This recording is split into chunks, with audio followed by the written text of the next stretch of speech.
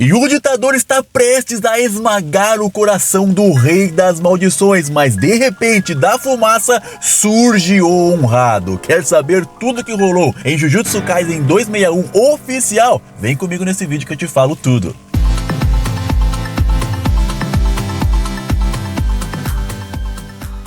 Fala galera, beleza? Tô nerd na área para mais um vídeo de Jujutsu Kaisen. Hoje, como sempre, trazendo o capítulo 261 oficial, com as traduções certinhas para entendermos tudo o que rolou. E sim, já vou adiantando que tem algumas alterações em diálogos que vai trazer mais contexto pra gente para esse capítulo e as coisas malucas que aconteceram nele, beleza? Então se prepara, senta no sofá, pega a sua Pepsi, a sua paçoca e vem comigo acompanhar esse vídeo insano. Mas antes, larga aquele likezão já no começo para não esquecer e já se inscreve no canal Tô Nerd com o sininho ativado, galera. A sua inscrição com o sininho é muito importante pra mim, porque me dá gás pra fazer mais vídeos, trazer mais conteúdos pra você que tá aí se divertir e se informar também, beleza? E agora, sem mais enrolação, bora saber tudo que rolou em Jujutsu Kaisen 261 oficial. E o capítulo já começa insano, frenético, com o Yuji Itadori praticamente atravessando o seu braço no peito de Sukuna. Olha pra você ver o sangue vazando pela parte das costas do Rei das Maldições. O Yuji, ao lembrar-se do Chozo que se sacrificou por ele, diz que vai esmagar o coração do Sukuna. E depois disso, mas antes que ele terminasse a frase, o Sukuna invoca sua expansão de domínio. Mas antes dele invocar completamente a sua expansão, nós vemos da fumaça o honrado, sim, Satoru Gojo está no campo de batalha. O Sukuna desvia a sua atenção completamente para o Gojo e diz que não pode ser, isso é algo impossível. Mas quando a fumaça deixa o campo de batalha, a gente vê essa imagem. Exatamente, galera. Eu fiz um vídeo antes dos spoilers dizendo que o Gojo seria possuído, no caso, por um Kenjaku, né? Eu errei a pessoa, mas a técnica é a técnica do Kenjaku. O Sukuna fica surpreso, abre um belo de um sorriso, mete um murro na cara do Itadori. Pô, caramba, por que você não fez isso? Queria expandir o domínio desse, um murrão logo no nosso protagonista. Joga o Itadori pra longe e grita empolgado: eu te subestimei, me desculpe, não achei que você era alguém capaz de chegar a esse ponto. Okotsu Yuta, galera do céu, Yuta Okotsu está pilotando o corpo de Satoru Gojo. E sim, os 6 olhos estão ativados no corpo agora, galera. Que negócio cabuloso, quase que eu cravei 100% a teoria que eu fiz na quarta-feira antes dos spoilers. A cena corta para um flashback e estão ali os alunos conversando a respeito dos preparativos para a batalha com Sukuna. E parece que todos estão meio ali desconfortáveis com o que o Yuta Okotsu está falando para eles. Ele diz que a ideia dele é fazer com que a Rika coma o cérebro do Kenjaku e assim assimile a técnica do Kenjaku de trocar o cérebro de corpos, e então ele poderia trocar com qualquer pessoa. E que caso todos caiam em campo de batalha, ninguém consiga ali se levantar contra Sukuna novamente,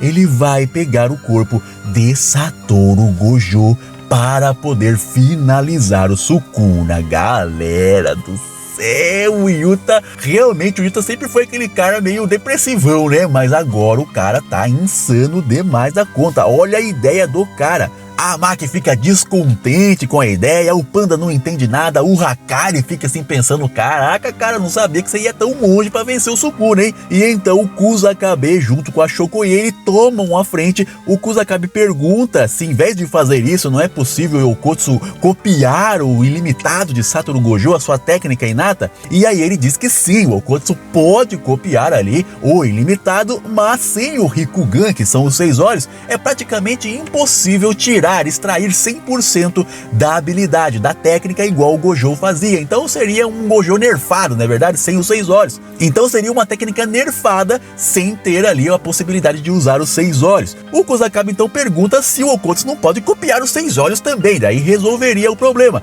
Mas aí ele explica que os 6 olhos não são uma técnica inata nem hereditária, é um órgão do próprio Satoru Gojo, da genética do corpo físico dele, não uma técnica Jujutsu, por isso não dá para ser copiado. A Maki então levanta uma questão bem importante que vai dar pano para manga ainda nessa semana na fandom de Jujutsu Kaisen, que é o seguinte: ela diz que a técnica do Okotsu com a manifestação máxima da Rika só pode manter uma técnica copiada no intervalo de 5 minutos, e ela questiona o que vai acontecer com o Yuta Okotsu, que estará no corpo do Gojo através da técnica do Kenjaku após esses 5 minutos. O Yuta é sincerão, diz que não tem a mínima ideia, mas a nossa Meimei toda experiente, o professora Casca Grossa, explica as 4 possibilidades. Ela diz que caso a técnica do Kenjaku seja de uso constante, ou seja, o Kenjaku tem que manter a técnica ativa para manter o controle do corpo,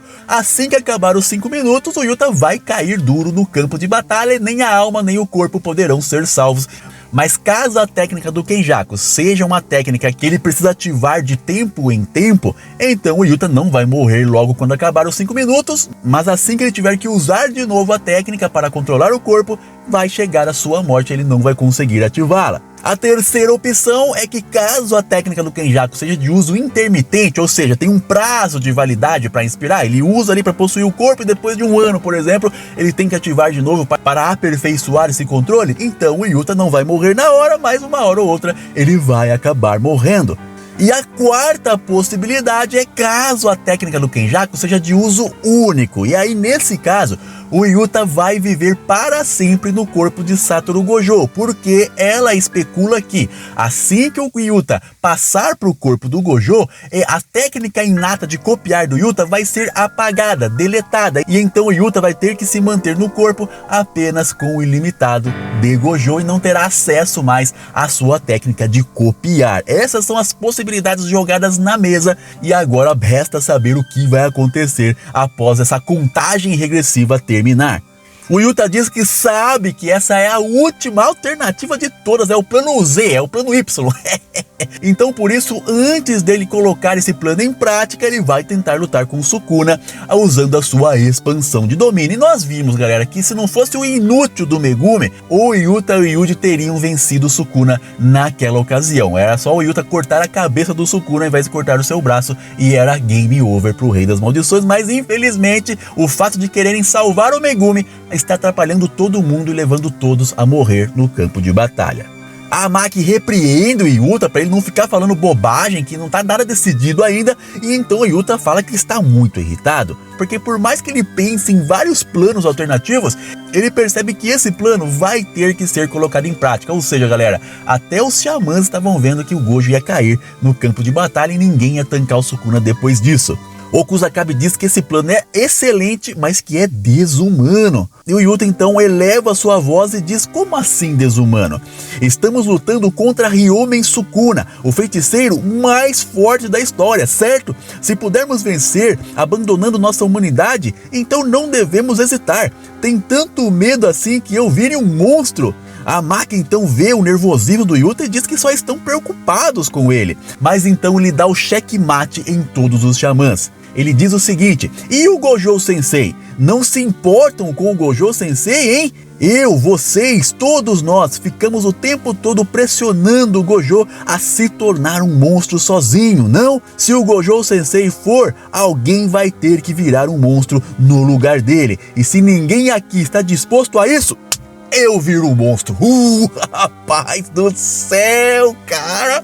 O Yuta, né? Aquele cara quietinho, mas não tira o cara do sério que o pau quebra, meu amigo. Meu Deus do céu, todo mundo calou a boca com esse checkmate que ele deu. E realmente faz todo sentido, né? Todo mundo Jujutsu ali nas costas do Gojo, ninguém se importava com o bem-estar psicológico do nosso xamã, se ele estaria se tornando ali, se afastando da sua humanidade para proteger o mundo, mas agora que é o Yuta, o antigo protagonista, todo mundo tá querendo ter cuidados com ele. Pô, realmente faz muito sentido o que ele está dizendo. A cena corta para um outro flashback, aí um flashback dentro de um flashback, onde o Yuta Okkotsu está com Satoru Gojo caminhando ali para aquele caminho que leva até o alto escalão, até a sala que os velhos lá, safado, fica escondidinho, se protegendo do campo de batalha. O Yuta então conta todo esse plano pro Gojo e pergunta, né, o que ele acha a respeito disso, se ele permite fazer isso. E o Gojo diz que tudo bem, tranquilo, que pra ele tanto faz, porque ele não tem intenção de perder e caso ele perca, pouco importa pra ele o que façam com seu corpo, que a única coisa que ele ficou meio cabreiro é que achou que ele concordou muito fácil com o plano. Meu Deus do céu. O Yuta então aproveita para perguntar pro Satoru Gojo a respeito do que a Uro Takako contou para ele lá em Sendai, que ele é descendente do clã Fujiwara, e pergunta pro Gojo se ele estava errado quando disse que o Yuta era descendente do clã Sugawara. E o Gojo diz que não, ele não está errado, que tanto ele como o Yuta são parentes distantes, vindos ali sim do parentesco de Sugawara no Michizane. O Yuta então se pergunta se a Uro estava enganada, então, né, por causa da aparência dele, se enganou, mas o Gojo diz que não, que pode ser possível que ambos estejam certos, ele e a Uro Takako. Ele diz que o nascimento do Okkotsu pode ter sido mais abençoado que o dele. E se isso for verdade, então o Yuta tem que usar todo o seu potencial para poder honrar essas duas grandes famílias. E que a primeira coisa que ele precisa fazer é refinar o uso da sua energia amaldiçoada, porque ele gasta ela muito desleixadamente. Então aqui o Gojo está ali deixando no ar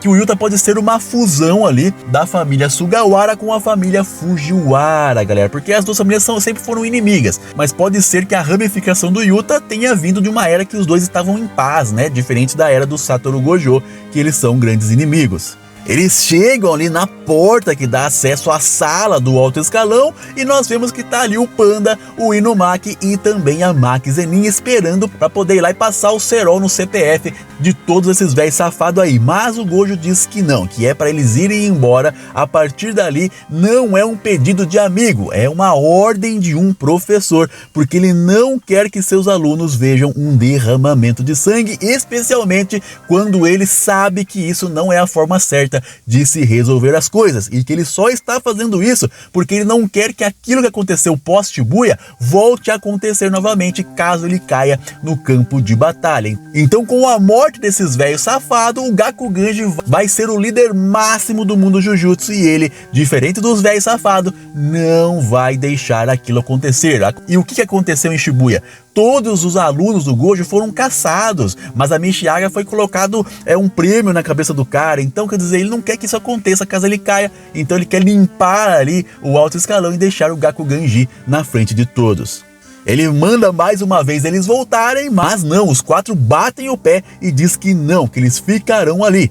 O Yuta diz pro Gojo não tentar se tornar um monstro sozinho novamente, mas o Gojo, entrando ali pela porta, pensa o seguinte: isso já é impossível. Naquela hora eu fui deixado para trás e é por isso que tenho que compensar. Ele lembra daquele momento que ele se encontrou com o Geto no metrô, lembra? Que o Geto perguntou se ele era Satoru Gojo porque era forte ou se ele era forte porque era Satoru Gojo. Aquela decisão que o Geto tomou ali de eliminar, né, a humanidade, os civis, para deixar só xamãs Jujutsu e assim ter um mundo mais em paz, livre de maldições, foi o passo que o Geto deu para mudar o mundo Jujutsu, coisa que o Gojo não deu. Passou-se anos e anos, 12 anos para ser mais exato, e o Gojo não fez nada, entre aspas, além de treinar os seus alunos para poder mudar isso de dentro para fora, mas que agora ele vai tomar a decisão para mudar tudo de uma vez só. Temos um outro flashback, nós vemos o Amail, sim, aquele carinha que estudou com o Itadori lá na escola de Sendai.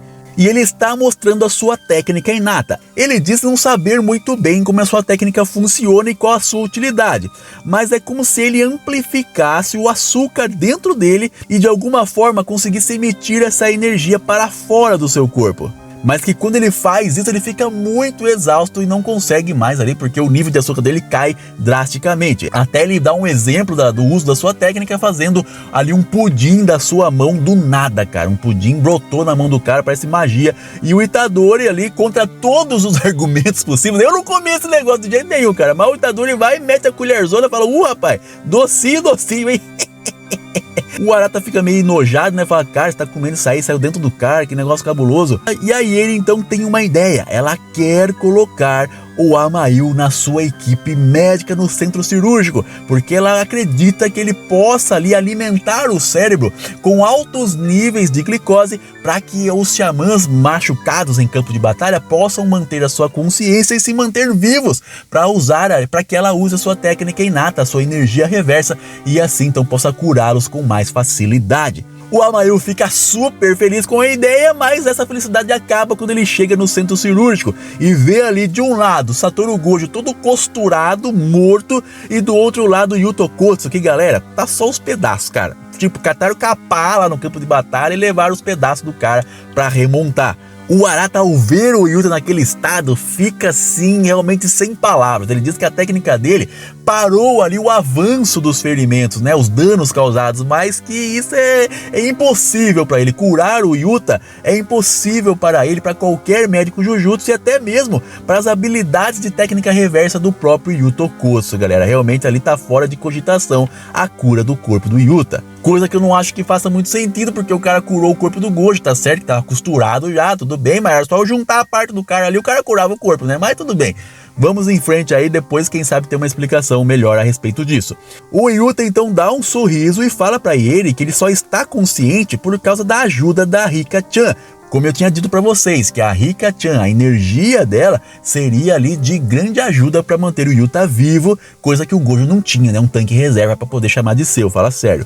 Mas o Yuta diz que já está chegando ao seu limite e que é para ele se apressar e fazer o que deve ser feito. Aí ele dá um ok e diz que já costurou o cadáver de Satoru Gojo. Sim, galera, o cadáver. Então já era, não tem alma, o cérebro dele foi arrancado, enfim, não tem mais Satoru Gojo e infelizmente não volta mesmo, tá? Então acabou as teorias por aqui. E ela já está abrindo o crânio do Gojo para poder trocar o cérebro do Gojo pelo cérebro do Yuta. E ela diz que assim que o cérebro do Yuta for colocado no corpo do Gojo, que ele tem que ativar a técnica reversa no máximo possível para poder completar ali as costuras que ela fez, as suturas que ela fez, para assim o corpo do Gojo ser reestabelecido. O Yuta então começa a ativar ali os seus 5 minutos de manifestação da Rika no máximo para poder fazer a transferência e usar a técnica do Kenjaku copiada por ela. A cena volta então finalmente para o campo de batalha e nós vemos tanto o Yuta como o Sukuna usando o mesmo selo de mão e invocando a expansão de domínio. E o narrador diz o seguinte: a solução de técnica de barreira para enfrentar o domínio que não fecha a barreira de Ryomen Sukuna, que foi apresentada por Gojo Satoru, vai ser usada para o Yuta Okkotsu. A gente vê então um painel maravilhoso, uma página dupla do caraca mesmo do Jujutsu, onde nós temos ali ambos os acertos garantidos de Sukuna e Yuta Gojo se anulando no campo de batalha. E o que vai acontecer com o Todo e com o Yuji, que estão no epicentro dessa batalha de domínios aí? Será que vão conseguir tancar? Vão ser empurrados para fora? O que vai acontecer com esses dois personagens? E agora o palco foi tomado por essas duas entidades, Satoru Yuta versus Ryomen Sukuna, e que vença o que tiver o melhor domínio do corpo roubado. Galera do céu. Eu falei no vídeo antes dos spoilers que o Kenjaku tinha o plano de tomar o corpo de Satoru Gojo, e isso pode vir a acontecer ainda através do Yuta, porque veja bem, galera, pra mim, até a técnica ser explicada completamente, não faz sentido a troca de cérebros entre os hospedeiros, certo? Tipo, tirar o cérebro do Yuta, pegar o do Gojo, jogar fora e pôr o do Yuta no lugar. Não faz sentido, porque como que o Yuta usaria a técnica inata do Gojo? Não faz sentido. Porque a técnica foi explicado pra gente a obra inteira que fica gravada no córtex pré-frontal, não é verdade? Então se o cérebro foi descartado, como que o cérebro do Yuta ia conseguir usar a técnica inata do Gojo? Não faz sentido.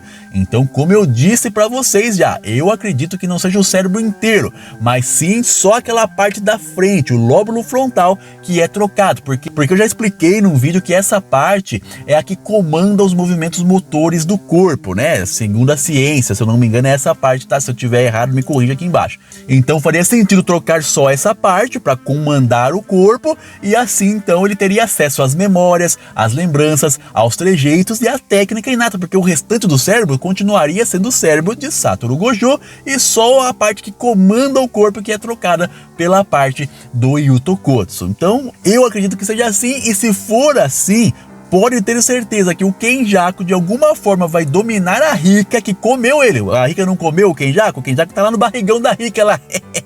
Então pode ser que esse cara perspicaz vai dar um jeito de dominar a Rika de alguma forma, e assim então através dela dominar o corpo de Satoru Gojo através de Yuto Kotsu. Como isso vai ser? Da onde eu tirei? Qual é o embasamento? Vozes da minha mente. Deixa suas teorias aqui embaixo se isso realmente pode acontecer, e deixa sua nota pro capítulo que eu vou adorar ver, beleza, galera? E antes de encerrar, de ir embora desse vídeo, deixa o likezão e se inscreve no canal Tonerd com o sininho ativado. Não vale a pena eu estar aqui sem você desse lado, então vem fazer parte dessa família que só cresce no YouTube também. Vou deixar 2 videozinhos na tela final, tô muito brabo, vale a pena assistir, e é isso, esse é o fim do vídeo. Obrigado por permanecer até aqui e valeu!